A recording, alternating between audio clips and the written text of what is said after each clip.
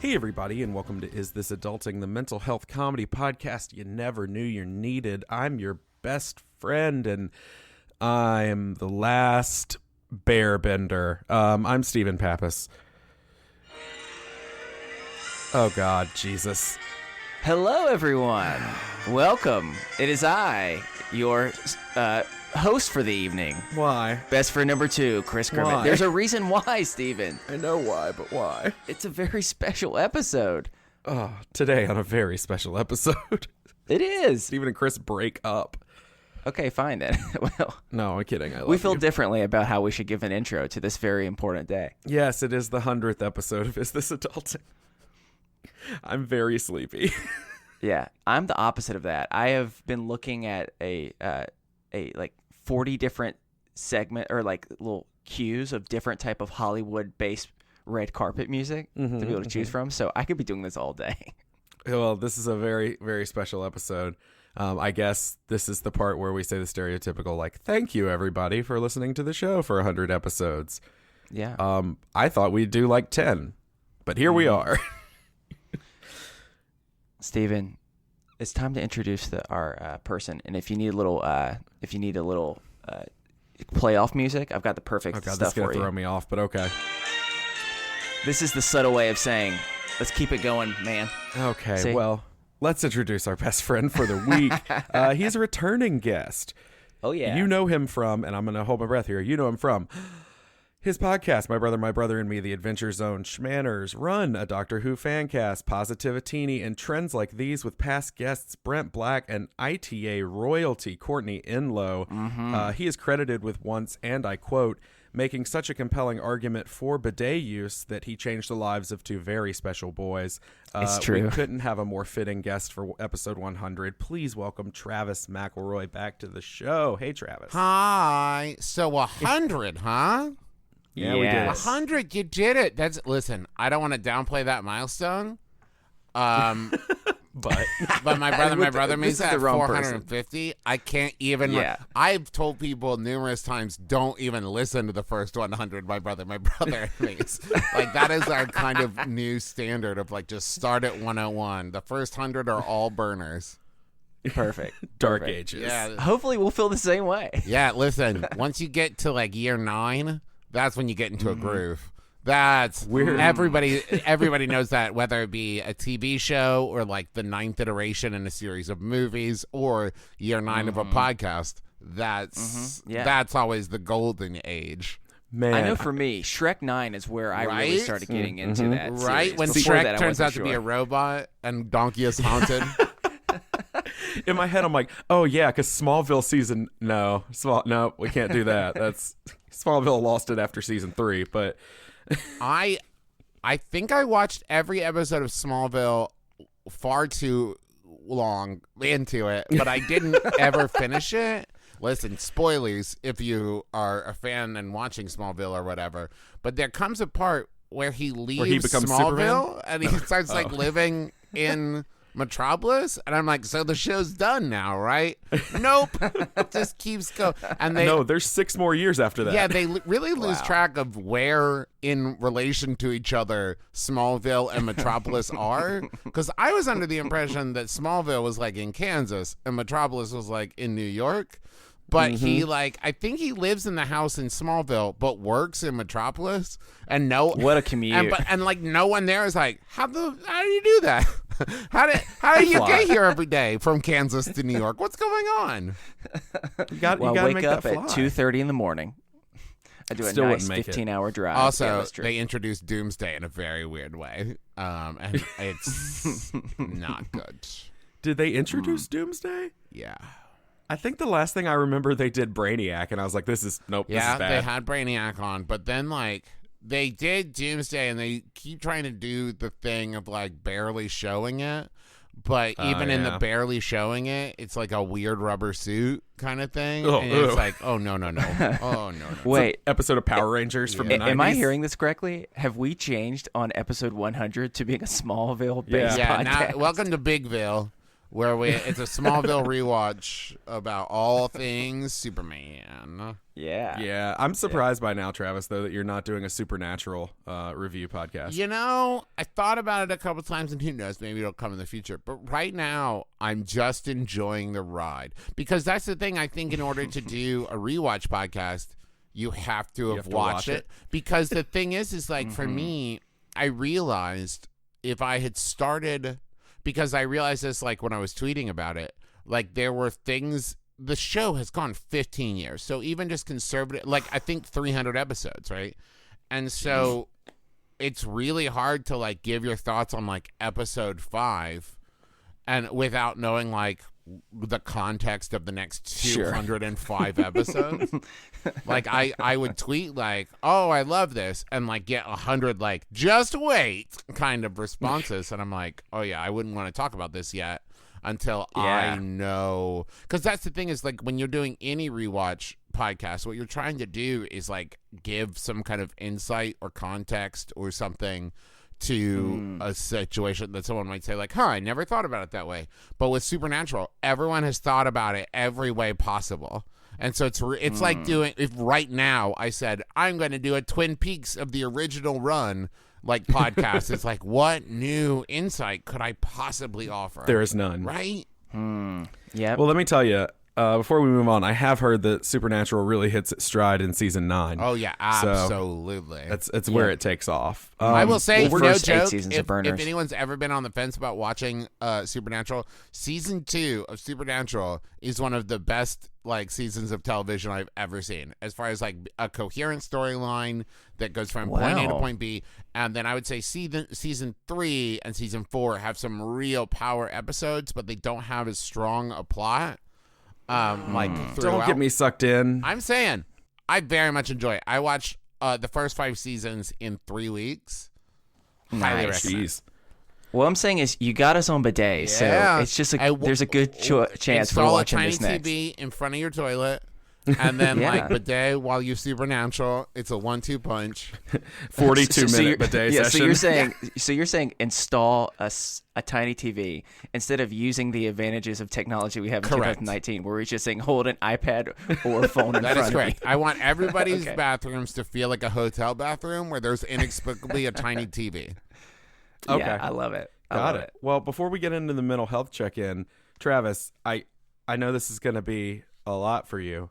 Do you want to remind everybody where they can find you on the interwebs and or your home address? It's actually not that hard. McElroy.family. Everything's there. We're consolidating since last time. Family. Yeah, McElroy.family. What a cool I know. thing. Yeah. And you can get that there.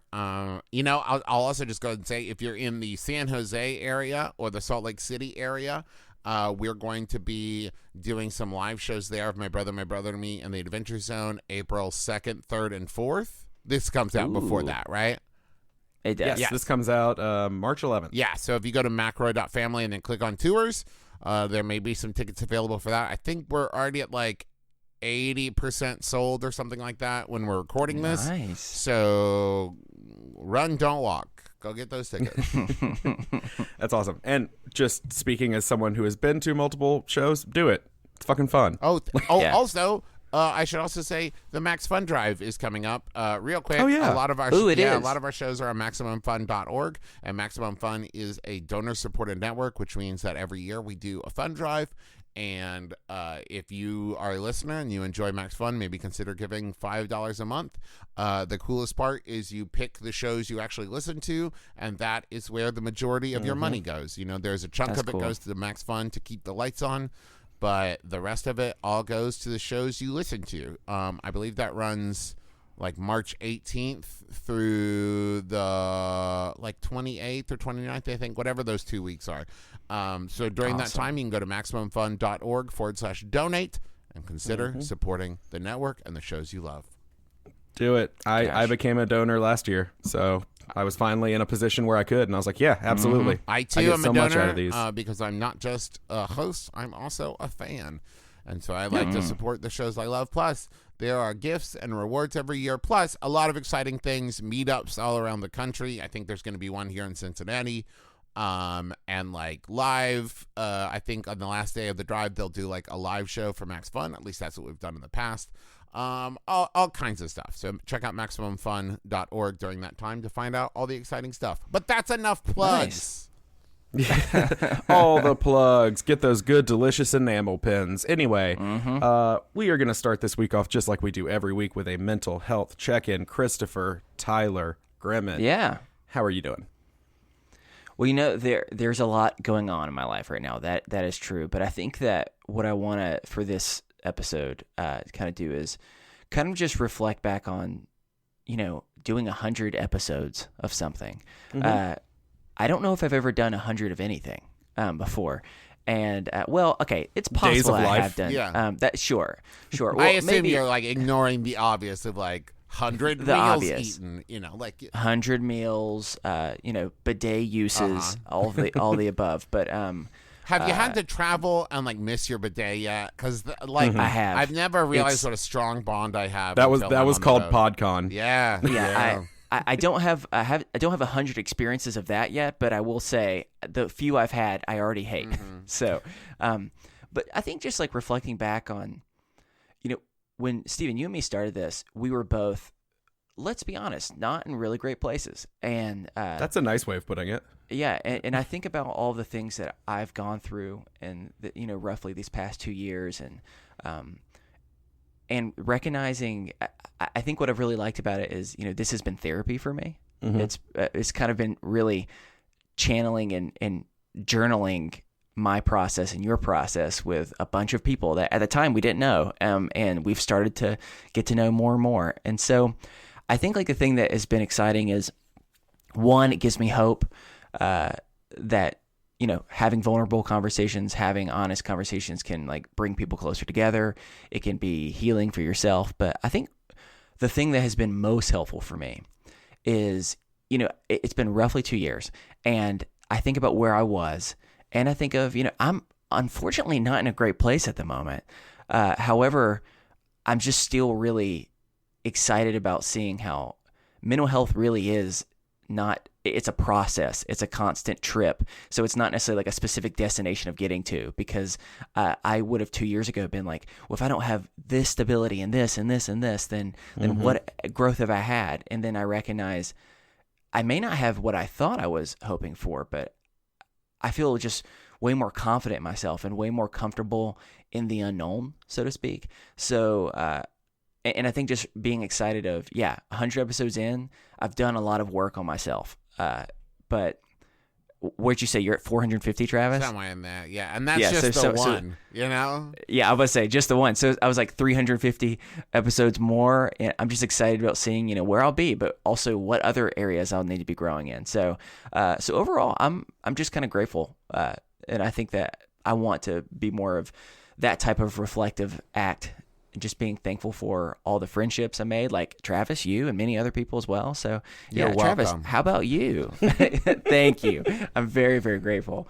Travis, how about you? How have you been this week? I've been good this week. Good. I went for a yearly checkup back in December, and it was with the new doctor because our previous family doctor had retired.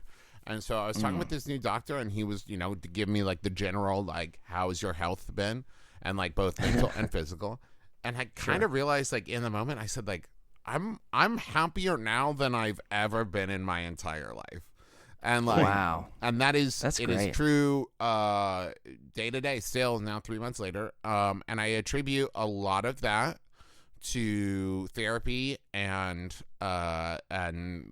taking antidepressants. It's amazing. Antidepressants help me not feel depressed. It's so crazy.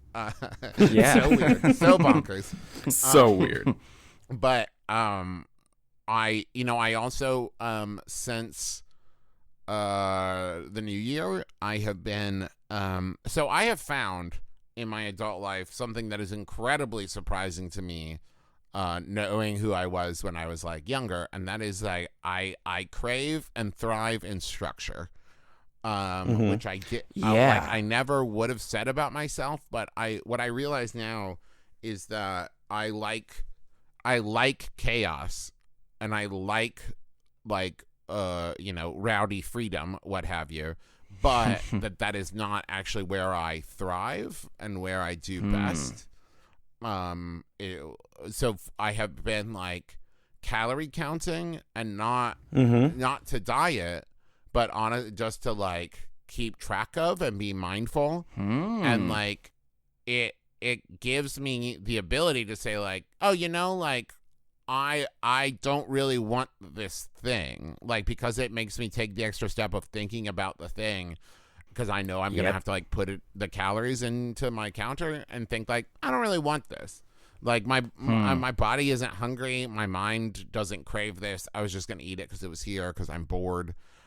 Same with alcohol. That was kind of a big revelation for me with calorie counting. Is it made me keep track of like, oh man, like. Why did I like? There was one day I think where I had like 4 or 5 drinks, and I was like, why?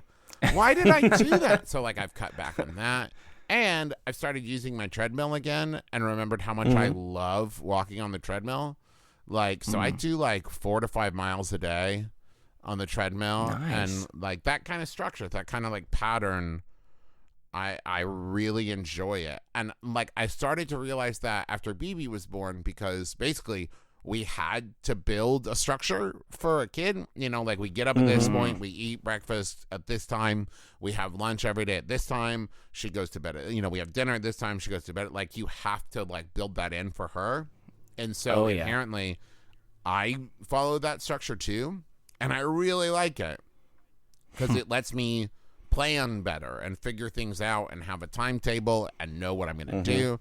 So yeah, I'm doing great. I'm feeling great this week. That's and awesome. A lot to look forward to.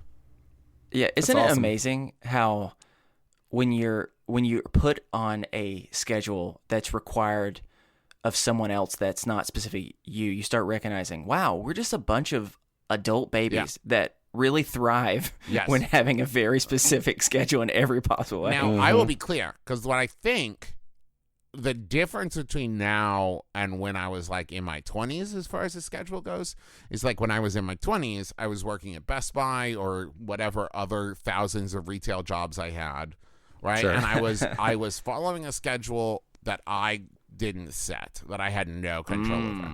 Like what I really like now is I have a schedule now that if it's like, oh, you know what? I need a nap. Not like just I want to take a nap, but like for my health and mental and physical, I need to go lay down. I can. So like I can break the schedule if I need to, because I'm lucky enough to like work from home and work for myself. And not everybody has that ability. But I would recommend, if anybody's listening to this, as much as you can, like find what your schedule is and provide yourself a little bit more structure to build off of, because that also then I think makes the deviations from it more special. So like we just went to New York to do some interviews and stuff with Marvel, because Justin and Griffin and Dad and I are doing a comic series with Marvel. And while I was there, I was like, I really want to go to this nice steakhouse that I really like. And like it put me way over my calories or whatever. But it was a special occasion, and it felt more special because I was making the decision to do it. Rather than just like, yeah, I've been over my calories every day for the last like month and a half. No, this was like, this is worth it, and I like this, and like giving yourself the ability to break out of that when you need to, I think is part of what makes it so great. Yeah, that's cool. That's awesome. Well, Steven, how about you? How have you been? No, I'm a speepy boy. Very sleepy. So I've been good. We are recording this about a week before it comes out, roughly, a little bit more. And so is this early for you? Like time of the day wise? No, it's not. Okay. So here's the thing.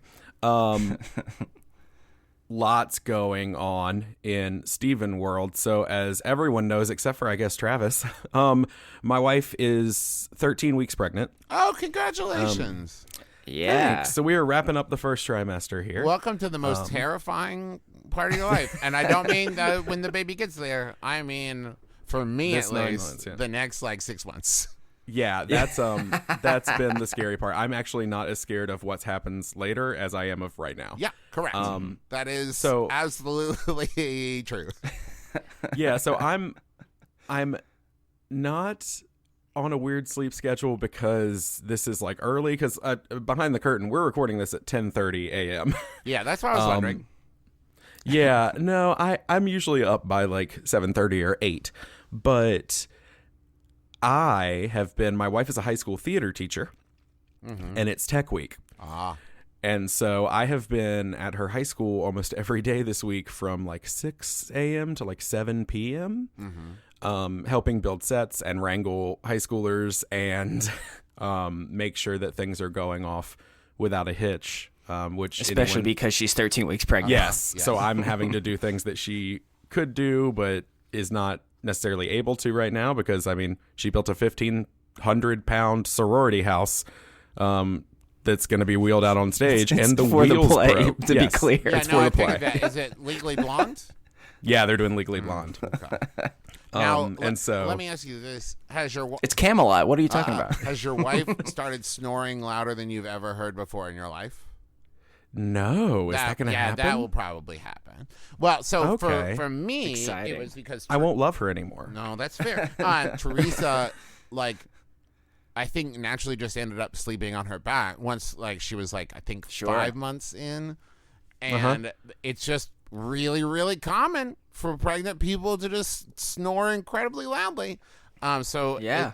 wear some. She's earplugs. snoring for 2. So What? Snoring for 2. she's snoring for 2. Yeah. Wear some earplugs because it's the last time in your life that you will be able to wear earplugs with a clear conscience. So. Because once that baby's born, you'll feel bad putting earplugs in. So enjoy it while it lasts. Yeah, I guess I'll have to. But yeah, so I'm just kind of tired from doing that. Like, I got home last night. We got home at like 8 from the school, and it was like, well, let's eat some dinner. And then I fell asleep on the couch like immediately and woke up this morning. Okay. So like, it's just been a lot of that and a lot of like physical like set building and like stuff like that for 12, 13 hours a day. Yeah. And so it's mentally and physically exhausting. Plus Absolutely. I'm also doing it. Just prepping for the baby. Yeah. Also that. And like one tired to a different tired. Yeah. Plus working all my jobs still. So it's like, been a lot of fun, but you know what? Like I'm actually good. I'm losing my voice a little bit, from yelling so that kids can hear over the PA system, but I'm good. Yeah, I'm just honestly, I think that a big part of my depressive thing that I've been talking about in recent weeks is I went to therapy on Thursday and I discussed it with my therapist and we were talking about it and it became very clear, like, I'm down because I am not seeing my wife and it's affecting me even more this year during the musical because she is pregnant and I feel like we should be like spending time together and like I feel out of control of the situation. And so just by going and helping, I have felt worlds better because I feel like I'm doing something. I'm not just sitting at home thinking about how sad I am. You know, I'm actually working and that doing action, things. taking action for me really helped. Like that was the thing. One of the things that made me so frazzled during Teresa's pregnancy is we were moving. Like basically, we ended like I think around month 5 or 6. So right at the end of the second trimester, we moved from L.A. and lived in actually Huntington for a while we filmed the TV show. Because I was making a TV show while my wife was 6.5 months pregnant, and then moved into Cincinnati at like 8 months. Good gracious! And so all during that time, I couldn't put together baby furniture. We couldn't buy baby clothes. Like we couldn't buy anything because we didn't have a house to live in. We weren't living anywhere, and so like I had all of that energy of like, I need to prepare, and I wasn't able. But as soon as I was able to start putting together the crib and like, you know, buying baby clothes and stuff, and like as soon as I was able to start doing anything, it like instantly like ratcheted down my anxiety. Yeah. Right. Yeah. And my biggest thing right now is because a baby's coming and because my dad lost his dad when he was 18 and I lost my dad when I was 20. Oh gosh, how old was I? 26, about to turn 27. Or I just turned 27. No.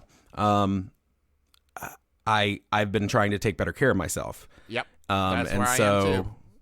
Yeah, I was like, I have a kid. Like, I have to think about this. Like, and of course I've always had like my wife, but it's like, no, I need to really think about this. And so I've, Chris and I, as regimented as it is and as weird as it is to tell people because of the weird connotations it got in our childhood, like we've been doing Weight Watchers. It's very perfect for this episode though.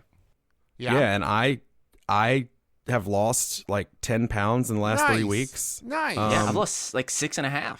Yeah, and I gained. I will just real quick pause to say that Sure. weight loss should never be the goal, because I think that when I say nice, it's because it seems like it's what you want. And it is what I want. It makes want. you feel like you're taking care of yourself, and I think that is what is important. I don't think that there's such a thing as losing weight being inherently healthy. There's plenty of evidence to the contrary, but I would say if for you feel healthier and it makes you feel more invested in your well-being, and it's taking care of yourself and not abusing yourself in a different way, then I support it, and I think it's great. Right. It's healthier habits. I'm happier with the way I look, because that is something that I struggle with my body image and things like that. So that's a funny thing. I did the same. I specifically didn't do the part of losing weight. I just said, hey, I want healthy habits. And it was just amazing how quickly we're like, oh, yeah, portion control is a real thing. Yeah. And it's not as hard once you start getting used to it. For me, in the calorie counting, a huge and easy step was like eating slower. Because like I would load up a plate, right, and then eat everything that was on the plate, and then feel way too full, and like it hurt, right? Whereas if I just ate a regular portion, I was usually full, and it was like, oh, okay, maybe don't do that. Yeah, I tell you what, though, Stephen, I'm jealous of you in a way. What's that? While Teresa being pregnant was one of the like more anxiety-filled times of my life that I can ever remember, because I felt so helpless. There was nothing I could do. At least that's how I felt. That's how I feel. That's not true. I mean, you, by helping your wife and by being there, and like there's lots you can do. Taking care of yourself is great, because I found that what helped me was having the mentality of, I need to take care of myself so I can help take care of her so she can help take care of the baby inside of her. That kind of mindset. But then once the baby's born, like, you are in for like little adventures every day, little new exciting things every day. BB, now way past the due date, has started talking and doing sign language. Oh. And it feels like discovering my kid has a superpower. Like, it's incredible. Yeah, that's so cool. Yeah. And it's like I'm getting to hear her voice and what her voice sounds like. It's amazing. And that's the thing, is like, I can honestly say I didn't realize how bad my mental health was until BB was born. And I became the happiest I'd ever been. And I was like, oh, shit. Like, I can't remember if I can curse on this podcast or not. But it was this. Of course you can. Okay. It was this feeling of like, I think because before BB was born, and even with Teresa, who I love more than myself, and she's like one of the only people I can honestly say that about, because I am a narcissist. She's one of the few people I love more than myself consistently every day. But I've never loved anyone the way that I love BB. And I find myself every day living for someone other than myself, and like taking care of myself and enjoying the structure and thinking about her happiness before my own. And it's I think it's a big reason it's the happiest I've ever been, is because my point of happiness, kind of my anchor, is outside of myself. For like the first time in a long time that I can remember. And so like, it really has taught me a lot. And I think I'm a better husband and a better person because of it as well. It's taught me a lot about putting others before me, in a way that I thought I had grasped, but I didn't until you're up at like 3:00 in the morning and you're not upset about it. It's just like, yep, this is what I'm doing. It's fine. This is what I have to do.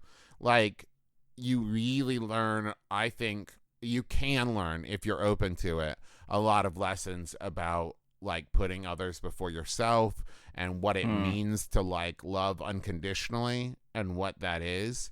And so like Teresa and I, you know, we have started thinking about second baby and having those conversations and stuff. And it'll be so interesting to go through the process all over again now with like context and experience and confidence. Sure. But I'm jealous because of I think the experiences you'll have and like the stuff you'll learn about yourself and the stuff you'll learn about your wife and the stuff you'll learn about your kid. Like, it's amazing. It's amazing. That's awesome. And like now my kid tells me she loves me and that I'm her buddy, and it's pretty fucking great. It's the sweetest thing in the world. Yeah. It's super I'm sweet. not her best friend. You should know that. Charlie, Okay. Justin's daughter, is her best friend. They are cousins, and like if you ask BB who her best friend is, she'll point off into space and then get really mad because Charlie isn't in her line of sight. And we have to like calm her down and promise her that she'll see Charlie soon. And Charlie also says that BB is her best friend. So, that's like, awesome. That's where we're at. Which is hurtful because when we were at PodCon, Charlie did give me this Lisa Frank sticker, and I thought it meant something, No, but apparently it doesn't. not. BB and Charlie have the best friend heart necklace in 2 pieces. Okay, They are that's legit cuter. best friends. That's how you know you're real best friends. Well, I know. Yeah. as always, if you have a mental health check-in you'd like to share, an idea of how we can encourage you throughout the week, we share those on our monthly, not weekly, on our monthly listener episodes. You can send that to us at isthisadultingpod@gmail.com. We'll remind you we are not professionals, and if you're in need of mental health care, please contact a mental health professional, be it a therapist, psychiatrist, psychologist, licensed counselor. If you are religious, then seek that. Whatever you need for your mental health, please take care of yourself. And if you are in crisis, please contact someone. I just want to throw out free helplines, even if you're thinking like I can't afford to talk to a professional. Absolutely. Like search Yep. Google, because there's an endless supply of free helplines you can call. Absolutely, which rolls right along with if you're in crisis, please contact someone. The National Suicide Prevention Lifeline is out there, as well as others. Somebody is always listening. You're never alone. Someone is there to listen, so please reach out. All right, well, before we get into our topic real quick, Travis, we've got a few questions we've just got to know the answer to. Okay. You've stumbled into our segment where we ask you 3 real fast lightning round questions that listeners have provided. And this week we had a lot of podcast related questions, but I wanted to mix it up a little bit because I feel like you probably get a lot of podcast related questions about your brothers and your shows and things like that. So I have 3 other questions. So first, Mickey wants to know, what's the cutest thing each of your pets has done recently? Let's see. Great question. Cutest thing each of my pets has done recently. Not wake you up at 6 a.m. Yeah, aside from that. So my cat, Willow, has kind of reclused herself in the basement since we got Lily. Because she just doesn't like Lily's actually very calm and will just like look at Willow, and Willow's like no, because Lily is big. So we have a baby gate at the top of the stairs, and I was walking by, and Willow just like looked up at me and mewed real hard, and then started rubbing her face against the bars of the baby gate until I just sat down on the floor and petted her until she drooled all over me, which is great. Perfect. Gross. Yeah, she drools. It's great. Buttercup just does cute things every day. She was laying in one of my office chairs, and it was time for bed, and she didn't want to get up, so I picked her up, and she would like put her hands one on either side of like my shoulder and just like laid her head down on my shoulder, and I held her like a baby as I carried her upstairs because she is the cutest and the best. And like with Lily just came over. She's huge. She weighs like 50 pounds. And she is like built like a small horse and is like all muscle. But like I was sitting there, you know, and she came up and put her head through like under my armpit. And I just like held her in a headlock and loved on her for a while. And that's like the only way I can pay attention to her. Because if I'm not holding her and I start she just gets so excited at attention that she jumps all over me. Oh my So I gosh. have to like hold her down to show her love. But I can hear her tail like wagging behind me, so I know it's cool. Like I'm not forcing the love on her. Like I just have to keep her calm enough to let me pay attention That's to her. so great. Gosh. It's amazing. And for anyone who would like to see Buttercup, I would like to say Buttercup is a very good girl.com does exist. It's the best so website in the world. There are pictures. I would encourage you, as I learned when I discovered it, read the frequently asked questions. They're wonderful. Okay, so next question. Sammy wants to know, if your third grade self visited you today, what advice would they give you? What advice would they give me? Yes. Oh, goodness. He would probably tell me to read more, because that's definitely a thing. I did a whole lot more when I was in third grade than I do now. I listen to a lot of audiobooks, and like I watch a lot of documentaries and stuff, but the like sitting down and reading a book is not something I often find time for. He would also probably tell me, to eat more sugar. That would probably be. It wouldn't be good advice. I assume most of the advice my third grade self would give me would be really bad advice. Probably also probably to go outside more. That's another thing that I don't do now that I really enjoyed doing when I was younger.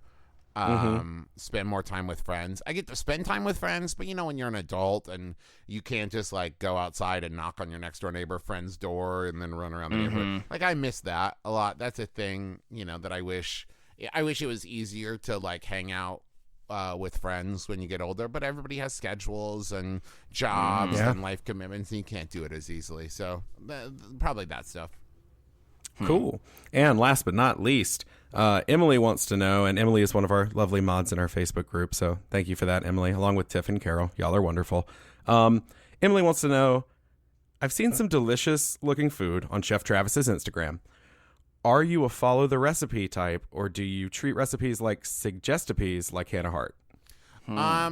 So once again, as we talked about structure, I have become more of a follow the recipe type person, because what I used to do when I would cook like for myself is I didn't know what I was doing, but thought I knew what I was doing, and would use like way too many spices or sauces or whatever.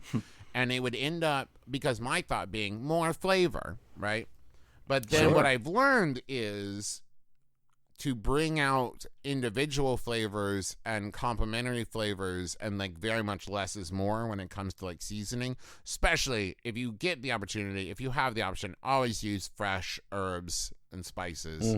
But so Teresa and I like to cook together or for each other, and I've learned a lot more of like the structure and the restraint of a recipe, so that now that I have followed recipes for long enough, now I can kind of tweak it a little bit to introduce certain flavors that I like and that kind of thing, but without going so overboard that I too many cooks myself and put too many, that I make too many adjustments and ruin the recipe. So I mostly follow a recipe, let's say 95%, but then will tweak and flare a couple of various ingredients and instructions, especially if I find something where I'm like, this recipe says, 450 degrees for 20 minutes, but I think 400 degrees for 30 minutes dries it out less and gives you a better, cook food, that kind of thing. Such a bad boy. Ooh. Oh my God, breaking all the rules. all the rules. I'll tell you this, when it comes to like bread and cookies, any kind of baked goods, the time is never right in a recipe. I find it's either always too much or always too little. Like if it says like, 15 to 18 minutes, if you check it at 15 minutes, it's usually burned, or if you check it at 18 minutes, it's not done yet. Like I always just start checking at 10 minutes. But I plan on it going to like 20 or 23. Sure. Someone who is married to someone who bakes a lot, I can tell you that the kitchen timer means nothing. She sets it for like 10, nothing. Then she adds 2, then she adds 1, then she adds 2, like just until she gets where she needs to go. That's when you start checking. All right. Well, we actually have a bonus fourth question. That's not even a question. It's just a comment. Our mutual friend Tracy wanted you to say hi to BB for her Of from the course I will. broadswords. So Of course I will. BB's a big fan. She's got herself a broadsword shirt. It's one of her faves. Awesome. She likes to point to it, each individual character, as I try to put into terms what each character is that a 2-year-old would understand. It's very fun. It's one of my favorite things. She has some very amazing kid lit books. There's some easy ones that are like Pride and Prejudice, and it's like opposites books. So it's like, this house is big, this house is little, that kind of thing. But then there's some primers that are like Dracula, and it's like, I think that one's a colors primer. And then there's a Frankenstein one that's body parts primer. It's real fun. It can get a little bit tricky to explain, what's Frankenstein? He's a monster? But he's cool. It's fine. Don't worry about it. oh my gosh. Well, if you have something you'd just like to know, you can submit questions and find out who next week's guest is over in the Facebook discussion group, the Is This Adulting Best Friends. It's also just a lovely place to share your life and get along with people who enjoy the show. So we're in there. We talk sometimes. Check it out. Well, we are going to move into the topic real quick, and I'm going to have to actually I'm really excited to talk about this. So I'm going to have to put a timer on here because I want to be respectful of your time, and we still got to do a game and the little 10-minute after show. So I want to be as respectful of your time as possible. So I'm going to have to start a timer because I will sit and talk to you about this all day long. Man, I will too, honestly. This might have to be, we might have to come back to it and do a whole nother conversation at a later episode. Oh my God. I would love that. Because this is something that I have dealt with for the majority of my life. So today, the topic of discussion, per Travis's suggestion, is toxic masculinity. Oh, dear God. I'm starting my 15-minute timer now so we can be respectful. I'm going to let you, Travis, start the discussion off because this is something that Chris and I have dealt with throughout our lives, especially I grew up in a fairly rural area, so did Chris, on the outskirts of larger cities, but still fairly rural. And I still deal with it to this day in the biggest city in our state. So toxic masculinity, go. Well, yeah, so I've been thinking about it a lot because I find that it is very insidious because toxic masculinity can encompass so many different facets of the problem that it's very much like a hydra, of it seems like if you chop off one head, there's 2 other ones that spring up. And I think it's especially frustrating because doing a little bit of research into why. So for example, I started years and years and years ago, I started learning about toxic masculinity and the effects of it when I started researching male friendships. And you can find these really amazing black and white photos from the Old West of male best friends sitting on each other's laps and holding hands, and that was perfectly normal. There wasn't any gay panic as far as that went and everything. And that fear of oh no, someone might think we're gay, that is so recent, comparatively in history. And then when you also think about boys wear blue and girls wear pink and that whole bullshit, that's so recent. That is not, in fact, traditionally kids just wore white because you could bleach it really easily. And in fact, the whole idea of colored gendered clothing came about when catalog makers realized that they could double dip in sales to parents who had both boy kids and girl kids. Because otherwise, a girl kid or a boy kid could wear the same thing. Person. Yeah, you could just put on the white thing. And so they said, oh, well, if it's... And actually, for a long time, pink was considered the masculine color because it was a soft form of red, which was a very angry... And blue, which was a very soft color, was considered for girls. And it was there is no standard. It's not it goes back centuries. It's the 30s. And the same when you think about like men's haircuts or shaving or any kind of that stuff, like, oh, you got to be hard and tough and a man is strong and doesn't cry. So much of that goes back to like advertisements from like the 40s and 50s. This isn't like, it's always been this way. Like for a long time, and this is silly to say, but like if you look in nature, most often the male of the species is the more flamboyant, outgoing, showy one. And I was actually just reading today about like Beau Brummel, or no, sorry, Beau Brummel, and like how he changed men's fashion by saying like to be truly elegant is like not to be noticed or something like that, because he couldn't afford jewelry and finery, so he just made it his mission to convince everyone that kind of stuff was like distasteful, and like being a man and wearing jewelry or dressing flamboyantly was like not stylish. And like since then, men's fashion has been pretty muted. But there was a time where like men wore purses, men wore makeup, men wore wigs, men like had, you know, big fancy shirts and lots of, you know, flamboyant accessories. And just somewhere along the line that became girly. And like there started to be this, the thing is, and this is something I will rant and rave about all day, and it's that the concept of something being inherently masculine or inherently feminine is so bullshit. Like this idea of like changing tires is masculine and baking is feminine.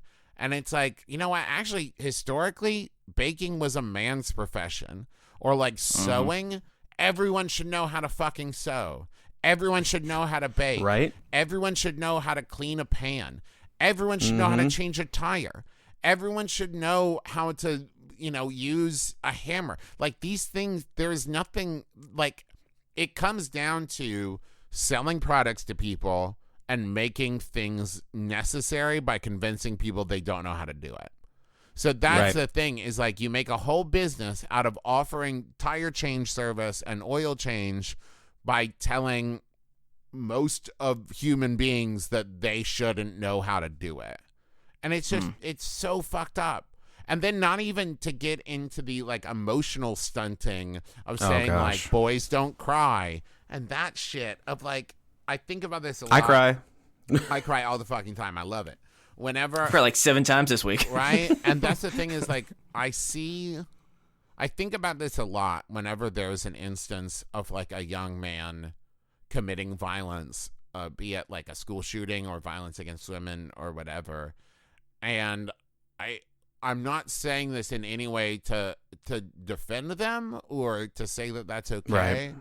But I wonder how would it have been differently if that young man felt comfortable saying, I am upset, I am sad, I feel weak, or I feel frustrated, or felt comfortable expressing their emotions out loud and without fear of being thought of as weak. There was even, you know, and I discussed this at length when it happened back in October. There was a shooting at the high school my wife works at in October, and it was an isolated incident, but it became very clear in the months that followed.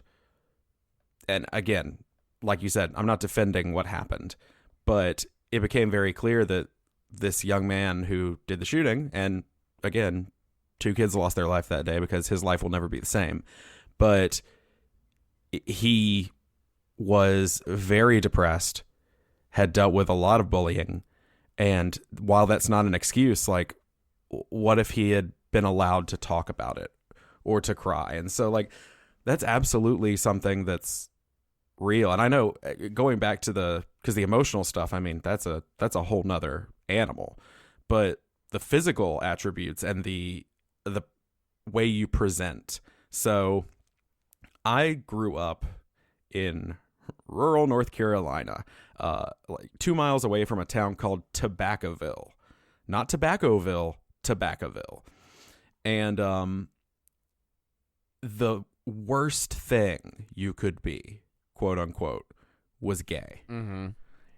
Feminine. Like, that was how they teased you. That was how they, and I pushed down a lot of things about myself growing up because of that, well into my adulthood because of that. That's something that we discussed a little bit with Tybee when she was on. It's something I just didn't think about. And so it was always this effort to not be noticed. And as I got older and I decided that was bullshit, and I started presenting myself in different ways, especially even over the last 5 years. I mean, it's sad to me that even as a grown ass person, not that it should make a difference your age, but as a grown ass person, I still get comments. Oh yeah. Like, I like, and this isn't necessarily like, I know Travis, I know you do this. I like to paint my nails. I've always liked it. It's just something different. But I haven't done it in years because I get comments, and for some reason that got under my skin. I'm just now getting back to a place where I'm comfortable with myself to be myself. I still get comments on my tattoos. Yeah. Because they're colorful. Like, okay, so I don't know if Travis knows this, and this feels like a weird, like, oh, hey, I guess, by the way, I have a Balance half sleeve. Sick. It's got a lot of pink in the void fish. Yeah, of course. I get comments on the pink. Because they're like, well, you have pink on your tattoos. Like, I've gotten comments on that. They're like, that's kind of a, like, your tattoo's pretty. And the way they say pretty, it's like, the fuck does that mean? Like, it's just, that becomes frustrating. Or when I cut my hair differently, or I wear clothes that don't exactly fit with what they think that I should be wearing, all of a sudden, like, I still get comments. And we're adults. Yeah. Like, I should be able to be myself. Like, what's that about, you know? This is a thing that I try really hard to check my privilege on this, because I have the benefit of, like, I can take some nail polish remover and take my nail polish off, and I can put a hat on and, you know, cover up my purple hair and shit, and then just walk around and not get bothered. And there are plenty of people out there just trying to be themselves who, you know, for whatever reason, can't hide, can't, you know, make themselves unnoticeable, like I can if I choose to. But I do think it's one of those things where I've noticed that, because now I think I went from just having like one thing or two things to like being pretty like full-blown flamboyant, that now it's kind of gone the other way. That's a little frustrating, which is like, oh, it's not that he's acting quote-unquote gay or feminine. That's just Travis. And like, well, but why the fuck does it? Can't you just? I'll never That's forget. just become an exception. Yeah. And you know, that's the thing, is sometimes the thing, like I said, it's insidious. Because one of the I remember in college, I got asked, and I was in the theater department, and I got asked in a very supportive way, but on a regular basis, like once a week, if I was gay. And like with people saying like, and if you are, it's totally cool. And I was like, I am not. I promise you I am not. If I was, I would tell you I am not. And like, that was always so frustrating to me, because it's like, stop trying to help. Like, nope, I just am flamboyant. I talk with my hands. Nope, this is just me. Like the thing about it now, that if I could travel back in time, I would sit those people down and say is like, you cannot identify someone's sexuality based on whether or not they talk with their hands, or how their voice sounds, or how they walk, or any of that shit. And you are trying to be supportive, but actually you're being very homophobic. You're being very close-minded. And like that idea of like, well, you act gay. Like, no, fuck off. That's not. Yeah. Well, it's the Seinfeld thing of, oh, this is not that there's anything wrong with that. Like, they have to add that little thing at the end. And I'm like, if you have to add that addendum at the end, that is inherently homophobic. And it's like when people say, I have black friends, I can't be racist. And the thing is, and you know what? Here's the thing that worries me now, and I've actually thought about I don't know, seeing if teachers would want me to come in and like talk to students about toxic masculinity.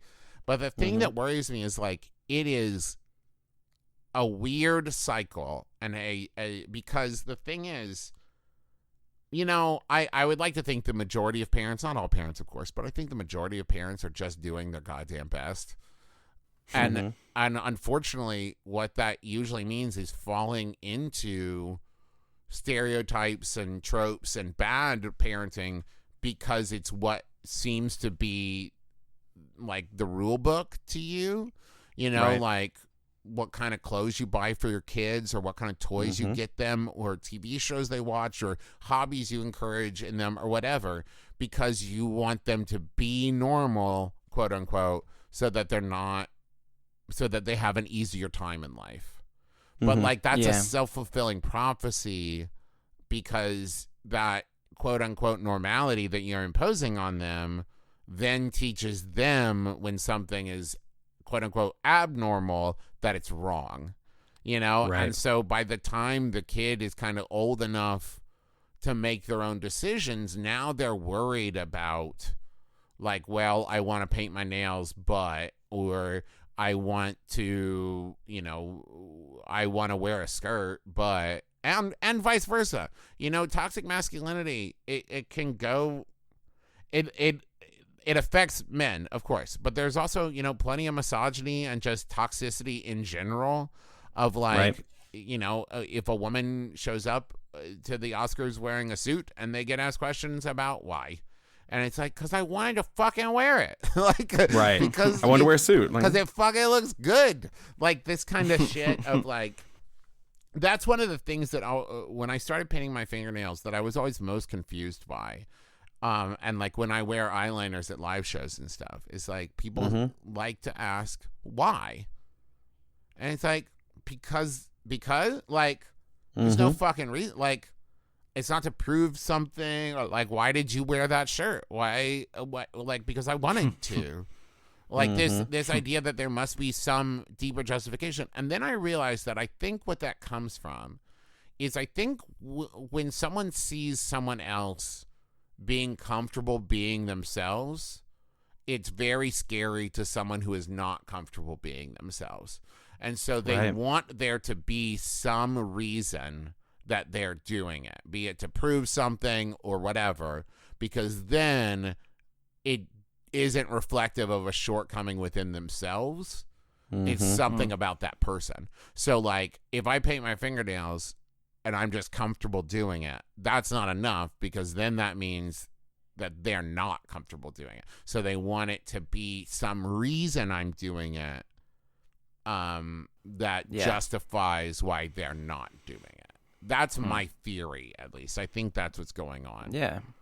Yeah, I think that for me, I like the idea of what you said, Travis, on us almost breaking this down in multiple like episodes where you come back, because I think the part that if we just look at the phrase toxic masculinity, like I think focusing on the toxicity part and recognizing that something that is truly toxic begins to slowly fill and spread throughout the entire being of something. Right.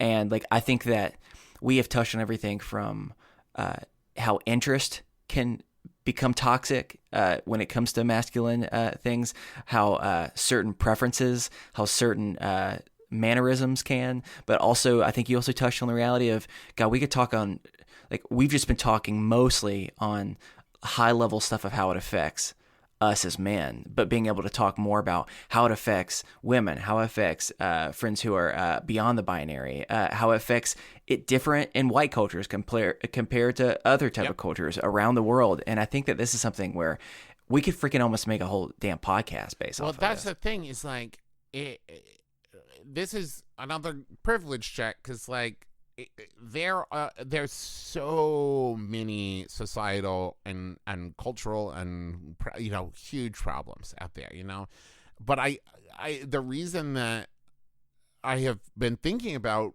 toxic masculinity, and I think it's such a problem, is I think that there are so many aspects of toxic masculinity that contribute to things like misogyny, obviously, and racism and homophobia and all of these things, because so often I think when we see, the male aggressor, which so often we do, I think that a lot of it, you come back to like, hey, what is I think it's hard to find somebody who has the hate in their heart to do violence against someone else, but they're happy.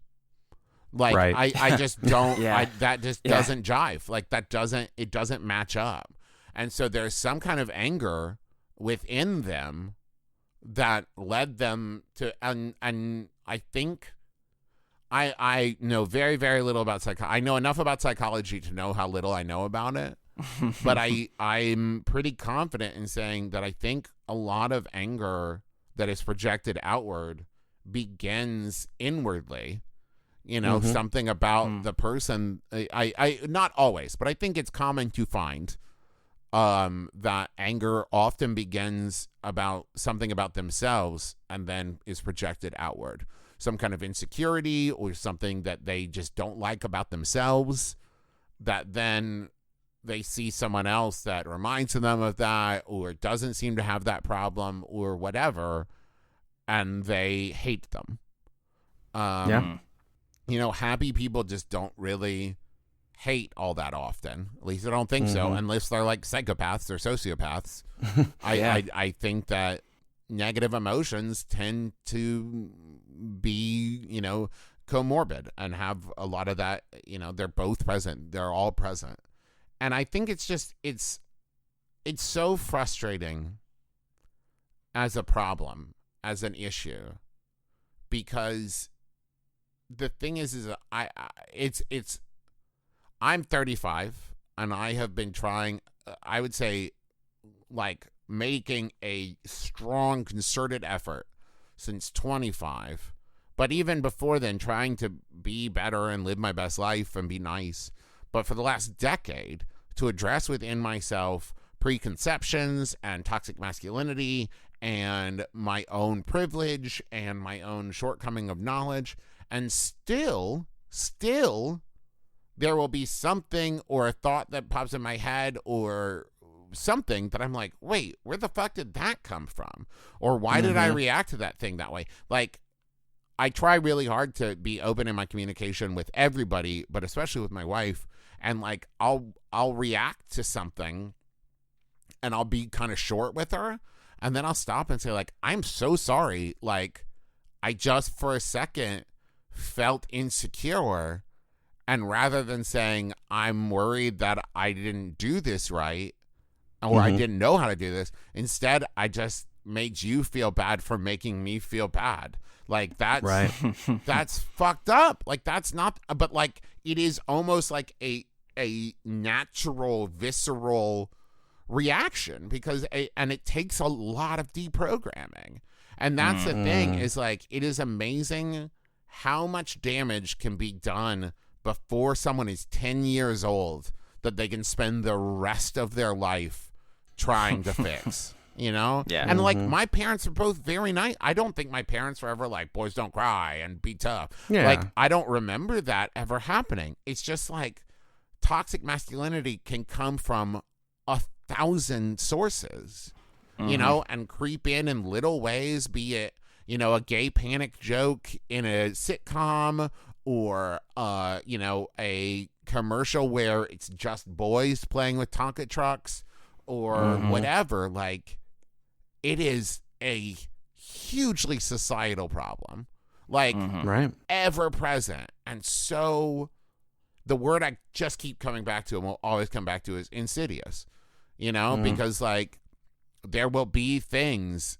And I tell you what, the problem when you look at advertising, especially, it will change, and hopefully for the better. I mean, yeah, but hopefully we are in a swing of like it being a better time. But the fear is always that then they will find a way to swing the other way to a different kind of toxicity and a different kind of judgment, and it's terrifying. Yep. Yeah. Well, I know. Gosh.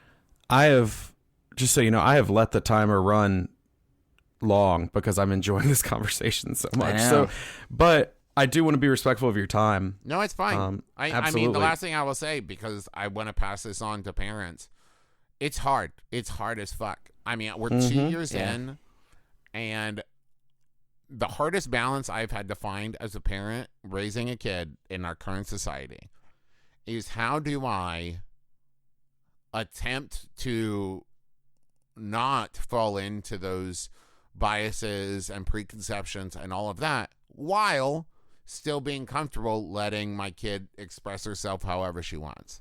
You know, like not just saying, just play with trucks. Like saying like, okay, you want to play with princess dolls? That's fine. You want to play with trucks? That's fine. Like not trying to force my agenda onto my 2-year-old. And it's hard. And here's the thing that I figured out about parenting. It's impossible.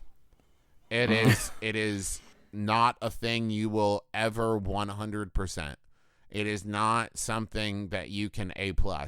It is impossible because the thing is like every day you will make a million tiny decisions and a million tiny actions and facial expressions and everything. And there's no way to know what impact every single individual action you take will have on a kid.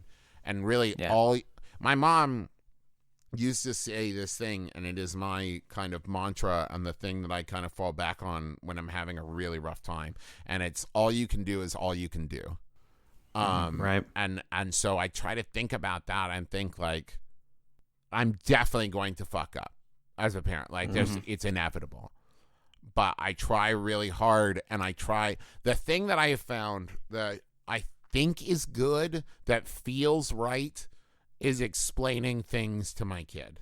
I mean, she's only almost 2.5 now, but saying, here is the reason that you are not allowed to do this thing. Here is the reason I get angry when you do this. Here is the reason that we have to put you in timeout. And explaining those things to her and letting her know the justification. And another big thing, and I learned this from Patrick Rothfuss, the importance of apologizing to your kid is like, I think that is a thing that at times can feel absurd. And it's because that's the thing. Toxic masculinity is not just a thing in kids, and toxicity in general can often be hereditary. And I think that like there is an old school parenting notion of, because I'm the parent, that's why. And I think that shit's got to go out the window, because I think you are a human being who is raising a human being. And there's definitely going to be points when like I know better than BB, and I have to like, you know, grab her wrist a little bit harder than normal because she's about to run into the street. And I have to yell at her because she's about to do something that's going to hurt somebody else. Yeah, that will happen. But then if I don't take the time to explain to her why I did that, then I feel like that is where the danger lies, is not saying, hey, I know I scared you when I yelled at you like that, but you could have hurt yourself. And if you had done that, you would be upset and I would be upset, and I don't want to watch you get hurt. So it scares me when you do that. Sure. And it's really, it can be hard to take that moment and be vulnerable with a kid, because you want your kid to trust you and respect you and listen to you when you say things. You know, I think it can be scary to say that, to have a kid think of you as a fallible human being. But I think that is important. I think it's important. It's definitely terrifying. I've just been like soaking in everything that you're saying, and just like things I want to remember, because those are things that I have struggled with, and I don't even have a child yet. I'm trying to already put an identity onto a fetus of like, well, you're gonna play with this, not this, because that's gendered, blah blah. And so I'm really thankful that you said those things. So thank you for that. I mean, just do your best. You know, I'm gonna try. I have this is the dorkiest kind of object lesson I had in my life that honestly I think was a huge turning point for me. And it has to do with Buttercup. And one day I was playing Overwatch, and Buttercup was like sitting in my lap. And this was long before BB was born. Buttercup was sitting in my lap, and I was like, you know, getting frustrated and like yelling and doing the stuff you do when you play a video game and you're getting killed and your team is losing. And I finished the game, and put down the controller, and Buttercup was shaking. There's like shaking in my lap. And she was terrified of me because I'd been yelling and I had been tense and I had been angry over a video game. That did nothing. And from that point on, now when I play video games, if I feel myself getting frustrated, I make a point to like lower my tone, take deep breaths, and remember it's just a game.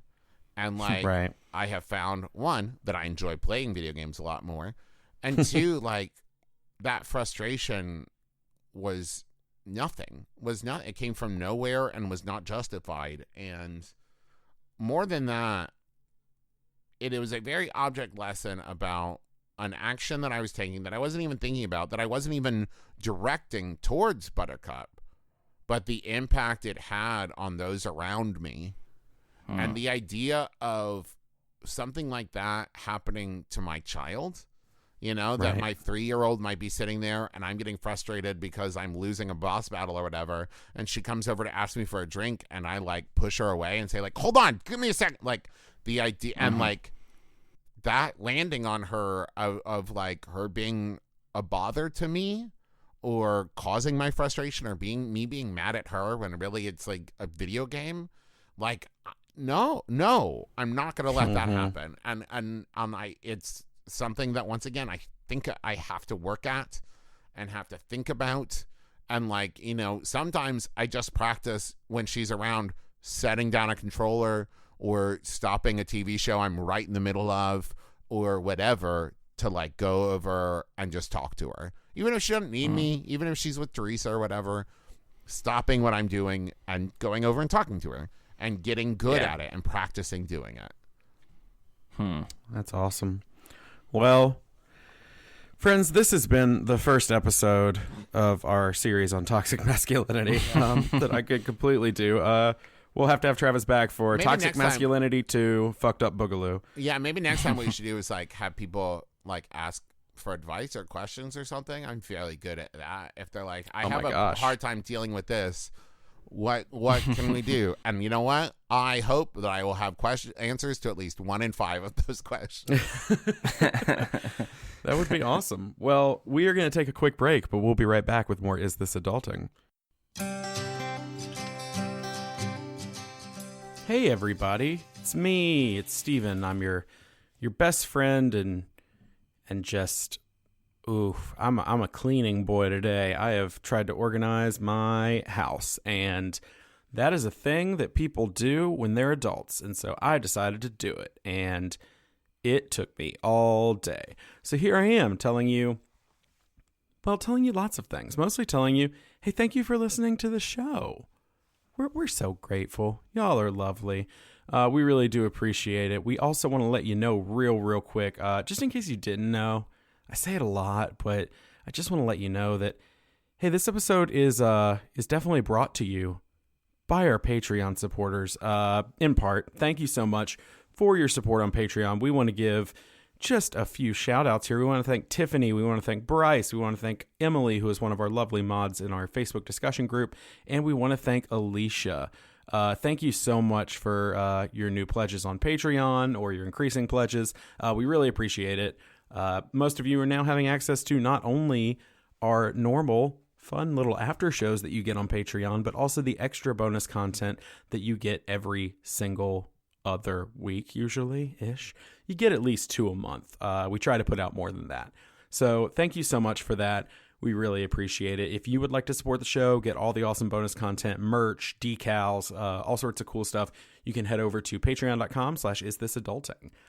All right. Now, before I get into my recommendation, I do want to let you know, which I think I mentioned last week. Maybe I didn't. I don't know. But hey, it's March. Y'all know, and it's March Madness time. And what is March Madness if not a time to buy t-shirts? So we just want to let you know our t-shirt of the month is out right now. It is the Best Friend number 3 shirt. This one shocked me. I was excited about it, and I knew we needed to do it. I've been shocked at the sales, y'all. It's been wild. So this one is selling really, really, really fast this time. So if you want to get a Best Friend number 3 shirt or our new #stressed shirt, you can get those at our merch site, which you can find through our website, isthisadultingpod.com. All right, now it's time for that recommendation. So this week I want to recommend Voyage to the Stars. I've been listening to this podcast since it launched. It's become pretty popular over its few episodes. It's very, very good. It's Colton Dunn, who you may know from Superstore, Felicia Day, Janet Varney. Varney? That's what I said. It's Janet Varney. Steve Berg. I mean, it's a great cast, and what it is a audio drama, kind of. It's an adventure. It is an audio adventure to space and further, as they like to say. It's really, really fun show. It's cool to hear because they have a general idea of where the story is going, but all of the dialogue is improvised. So it's really funny to hear these people like really build off each other and riff and have fun while telling a story. So definitely check it out. It's Voyage to the Stars. Check them out. Check out their merch. You can find them wherever you get your fine podcasts. All right. Well, we're going to get back to episode 100, which blows my mind that we've been doing it for that long. We're going to get back to episode 100 with Travis McElroy right now. So, hey, until next time, you are so beautiful to me. Okay, that's enough. Back to the show.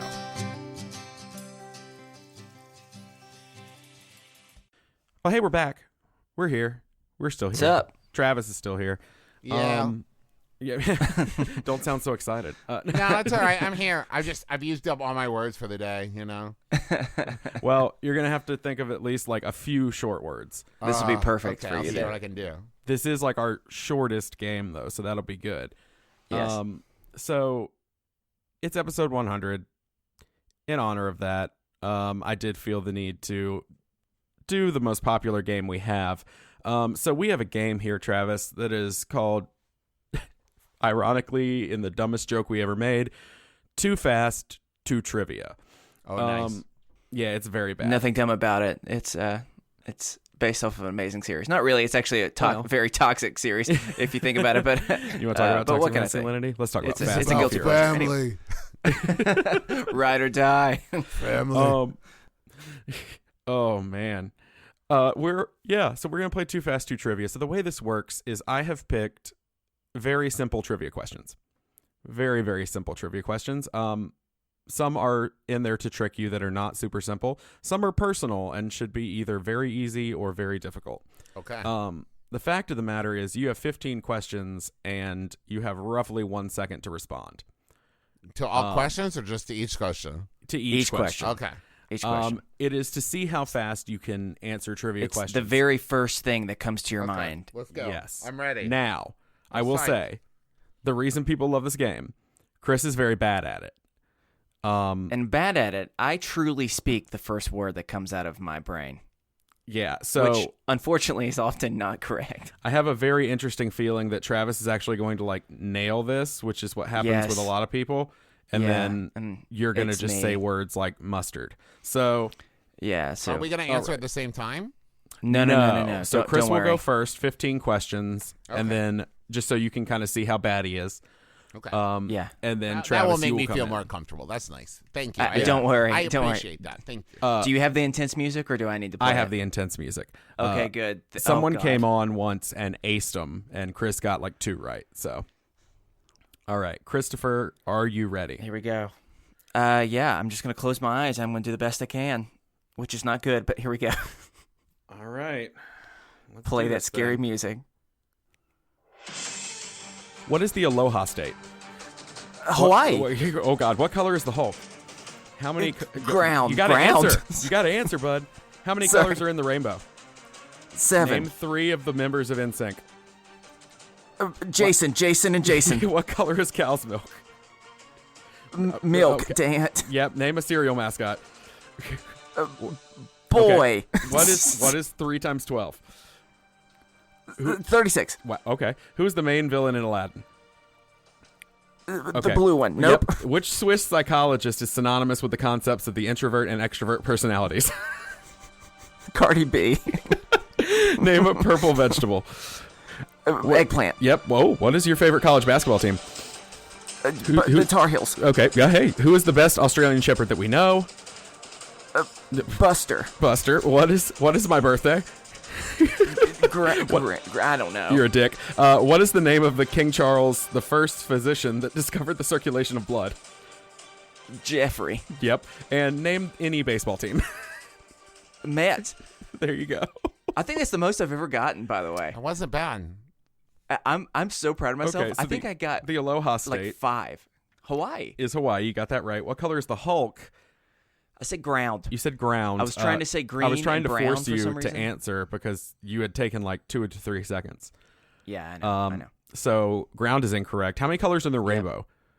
I said 7. There How are many? 7 colors in the wow. rainbow. That was Nice. a I just bullshit guess that worked for you. That was complete. Yes. Yeah. Name 3 members of NSYNC. You said Jason, and Jason. Come on, you're looking at Sorry. Lance, JC. You're looking at Justin. You got Chris, and you got Joey. Oh wow! You you did seem it. so confident when you have endless amounts of seconds. That's to fair. list Listen, them. that's fair. I would have at least gotten Justin and JC. Well, That's I true. mixed Justin and JC together. And Chris, to say one of them Jason, is and I your said it 3 name. times. Yeah. I know. What color is cow's milk? You I said don't I remember said what- milk. I said milk. I You was said thinking white. I was thinking milky white. So is that's what I not was right. What name a cereal mascot? You said the no. thinking. I just said boy. You said boy. Okay. Yeah. That is incorrect. So far we're still sitting at 2. Sure, What is 3 sure. times 12? I gave you a little longer. I shouldn't give it to you, but you did say 36. I'll give it to you. Yeah, Because you'll need yeah. it. Who's the main villain in Aladdin? The answer is Jafar. You said the blue It's one. not the blue one. It's not the genie. No. Which Swiss psychologist is synonymous with the concepts of the introvert and extrovert personalities? That is Carl Jung. Yeah. I just threw a name out. Yeah, I knew know. it I just wasn't decided right. to pick a random like psychology trivia question. You did say Cardi B. Name a purple vegetable. You said eggplant. Mm-hmm. Favorite college basketball team. You said Tar Heels. Yeah. The best Australian Shepherd we know. You said Buster. It's my dog. Augie. It's Augie. Yeah. You Yeah. forgot your own dog? Well, the problem is he's only a little bit Australian Shepherd. He's like a mix of a lot of different things, and so I don't But initially he's think full mostly Australian Shepherd. Australian Shepherd. What is my birthday? You just gave up. It's December 19th, 1989. Thank you very much. There you go. I know it. I just couldn't think it in 1 second. Thank you. What is the name of King Charles the First physician who discovered the circulation of blood? You said Jeffrey. His name is William Harvey. I Okay. didn't know that Well, until this week. But yeah. and name any baseball team. You said the Mets, which is if you Yeah. want to call the Mets a baseball team. Is that 5? Got 6. Did I get 5? You got 6? Oh my 6. God! Can I just say that's triple the amount I think I've ever gotten. Yeah, I do have some in here to try to trip up Travis. So we will see what happens. Okay. I'm quite smart, but I don't do super well on time tests. So let's see I how know. it goes. Yeah. Welcome. Like I said, just my welcome. Gosh, well, I hope I don't cause you any If you unnecessary say anxiety. Jason 3 times, I'm gonna give you so much shit. By the way. No, that's fair. That's why you Jason, should. Jason. All right, Travis, are you ready? Sure. All right. He's looking at a piece of paper. Like he's gonna have a chance to write it down. No, I was writing down answers to yours. So I was going. Oh, okay. 'cause All right, let's Give go. me something to do. How many legs do dogs have? 4. Is a hot dog a sandwich? No. How many planets are there? 7. What color is chlorophyll? Green. What's the name of your child? BB. What does a meteorologist study? It studies weather. Yep. Name this team. Batman and? Robin. What bone in the body is not joined to any other bone? I don't know. What do Goonies never say? Die. Who is Shrek's wife? Fiona. What did you hit with a hammer? God. A nail? Yeah, I said did, not do. What shape has 3 sides? Triangle. Is ketchup good? Yes. Yeah. Ooh, good. What podcast are you on right now? Is this adulting? There you go. I always want to trip somebody up with that. What was the full name of the Barbie doll? Barbara? Oh, I need a full name. Barbara Doll. Barbara Smith. So you kick Chris's ass. Damn, that was almost a clean sweep. Yeah. So the one question that starts out every guest as of late, because I'm too lazy to change it, how many legs do dogs have? The answer is 4. You said 4. Mm-hmm. Is a hot dog a sandwich? It is not. It is not a sandwich. Thank you. That is the correct answer. Yeah. How many planets are there? You said 7. There are technically 8, but I say 9 because Pluto matters. But if we're going by science, 8. Okay. I couldn't remember. I knew I was thinking of an odd number because I count Pluto, but it's fine. Pluto is an odd number because Pluto exists and it matters, so it's 9. But that's fine. What color is chlorophyll? You said green. What is your child's name? Thank God you got it right. BB. Meteorologist, which I couldn't get out, studies weather. Batman and Robin, you got that. You did not respond to what body or what bone in the body is not joined to any other bone. That's the hyoid bone. It's this one right here. Oh. Okay. Oh, really? I only know that because I've watched a lot of like Criminal Minds. Okay. Wow. And CSI. And so you're sitting at what now? Missed 2 out of 8, so 6. I mean, so you've already tied Chris. What do Goonies never say? Die. Which is the answer. Who is Shrek's wife? Fiona. What did you hit with a hammer is what I said, but I meant what do you usually hit with a hammer? It's a nail. Well, see, that's why it threw me, because I worked as a carpenter for a while, so I was like, my finger? Some wood. All of these things. Everything. What shape has 3 sides? You said a triangle. Is ketchup good? The answer is yes. Thank God you said that, or else I would have had to count it against you. Especially cold ketchup on a hot French fry. Oh, get out of here. Oh, come on now. Yep. Next episode, that'll be a topic. What podcast are you on right now? You said, is this adulting? I'm so scared one day somebody's going to not know and we'll all be sad. And what was the full name of the Barbie doll? You said Barbara Smith. It is Barbara Millicent Roberts. Ah. Really? Yeah, that was one of the I literally threw the 2 randos in there for both of you because I was like, then they'll each miss at least 2. You have just devastated Christopher. Hey, you know what? That's okay. This is the least I've ever lost by. Yeah, it's Yeah, a win. you know what? I will say we I both consider had it a a win. good time, so we both won. That's true.